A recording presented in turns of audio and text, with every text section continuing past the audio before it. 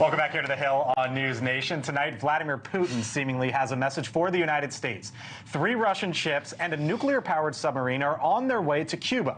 Now, the Russian Defense Ministry saying today that its military conducted drills over the Atlantic Ocean on the way to Cuba, which involve firing high-precision missiles that can travel over 370 miles. For context, Havana, Cuba is just 90 miles south from the southernmost point of Florida. Now, the movements also come just days after the United States gave Ukraine the green light to use Western weapons within Russia's borders, to which Putin hinted there could be consequences if that happened. A Pentagon spokesperson telling News Nation today, quote, "Russia's deployments are part of routine naval activity, and we are not concerned by Russia's deployments, which pose no direct threat to the United States." Back with us now here on the Hill, the retired 4-star General Wesley Clark, the former Supreme Allied Commander of NATO forces as well. General Clark, great to speak with you again. Thank you for being back with us here on the Hill. So, you know, the Pentagon basically saying no biggie here. I don't know, sir. You tell me. Putin seems like he's trying to send a message. What is it? Well, he is sending a message. I mean, there's no direct threat here. They're not going to attack the United States. Sure, true. It's all part of the sort of a hybrid warfare, bouncing back and forth, showing Russia's strength, showing the fact that they can come into our backyard, so to speak, and sail around with warships. And remember, Russia's very close friends with Venezuela's President Maduro, and Maduro is threatening Guyana.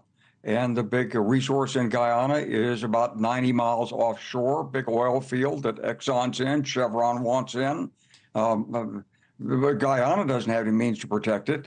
But it's in, it's Guyana's, but Venezuela would like to have it. And so there's a little shadow boxing going on here. I don't think it's anything that's going to erupt in violence, but does it send a message to the United States and the world? Sure, and that's Putin's intent.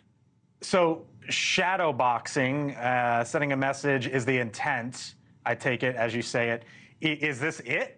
Or do you think there's going to be a little more tit for tat, for lack of a better term, back and forth? Right now, we don't see any indication of anything that's beyond this. But anytime that they go to Cuba, there's still an intelligence listening station in Cuba. Cuba's not exactly a U.S. ally, so it's never a wholesome visit.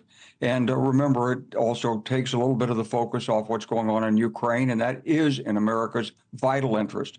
Protecting the international rules-based order is America's vital interest, and that is threatened in Ukraine. And if Russia gets away with conquering Ukraine, China will certainly move in Taiwan.